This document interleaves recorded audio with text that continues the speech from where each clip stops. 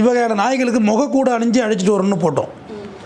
இந்த ஒரு ரோப் போட்டு பிளாஸ்டிக்கில் விற்கிது. அது போட்டால் கடிக்க முடியாது. அதிகபட்சம் காலால் புரண்டோம். அது நம்ம ஓரளவு உயிர் போயிடாது. உயிரே போயிட்டு பாருங்கள். நம்ம வழக்கு போட்டு என் வழக்கு மொத்தமாக இப்போ 15 நாள் இருக்குமாப்பா, 15 நாள் தான் ஆகுது. எல்லா பேப்பர்லேயும் வந்துருந்து, சேட்டலைட் மீடியா எல்லா நியூஸ்லேயும் வந்துருந்துச்சு. நம்ம வழக்கு போட்டதோட ஈரம் ஆகிறதுக்குள்ளே ஒரு உயிரே போயிட்டு 58 வயசு. அவர் என்ன நோயினால் செத்தாரா, ஆக்சிடெண்ட்டாக செத்தாரா? உங்கள்கிட்ட நாய் கடிச்சு குதறி எறிஞ்சிட்டு சம்பவ இடத்துல 2 நிமிஷத்தில் இருந்துட்டாருமா. ஒரு ஃபஸ்ட் எய்ட் பண்ணி ஹாஸ்பிட்டலுக்கு கொண்டு போகிற டிஸ்டன்ஸ் கூட இல்லை, 2 நிமிஷத்தில் இருக்கிறாரு. அப்போ இந்த நாய்கள் ஆபத்து இல்லையா?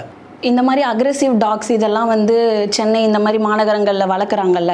ஸோ இதெல்லாம் எப்படி நம்ம வந்து தடை செய்கிறது? இதுக்கான வழக்கு இந்த மாதிரி உயர்நீதிமன்றத்தில் ஏதாவது நடந்துட்டு இருக்கா? இப்போ நம்ம வழக்கு போட்டிருக்கோம்மா. இதுக்கு முன்னாடி நடந்தா இல்லைன்னு தெரியல. நம்ம புதுநல வழக்கு போட்டிருக்கோம். இது தடை செய்கிறது இல்லை. இது ஆல்ரெடி பேண்ட் டாக் தானே. இது வழக்க தகுதியற்ற நாய். இதெல்லாம் வந்து பல டிஎன்ஏ மாற்றி உருட்டி பிரட்டி வந்த நாய். இதெல்லாம் சாதாரண நாய்ங்கிறது வேறம்மா. இப்போ நம்ம தெருநாய், நாட்டு நாய் எல்லாம் இருக்குல்ல, அதெல்லாம் நீ வலுவாக 2 காலை பிடிச்சிட்டு தூக்கி அடிச்சினால சிதறி போகும்.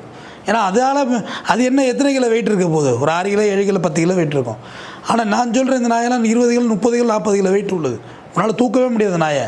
இப்போ வாயை பிளந்ததுனால நம்ம தலை உள்ளே போயிடும். அப்போ இது அக்ரெசிவான டாக்கை இவங்க கேஷுவலாக வளர்க்குறாங்க. உங்கள் அப்பார்ட்மெண்ட்டில் ஒருத்தர் புலிக்குட்டி வளர்த்தா நீ ஒத்துப்பியா?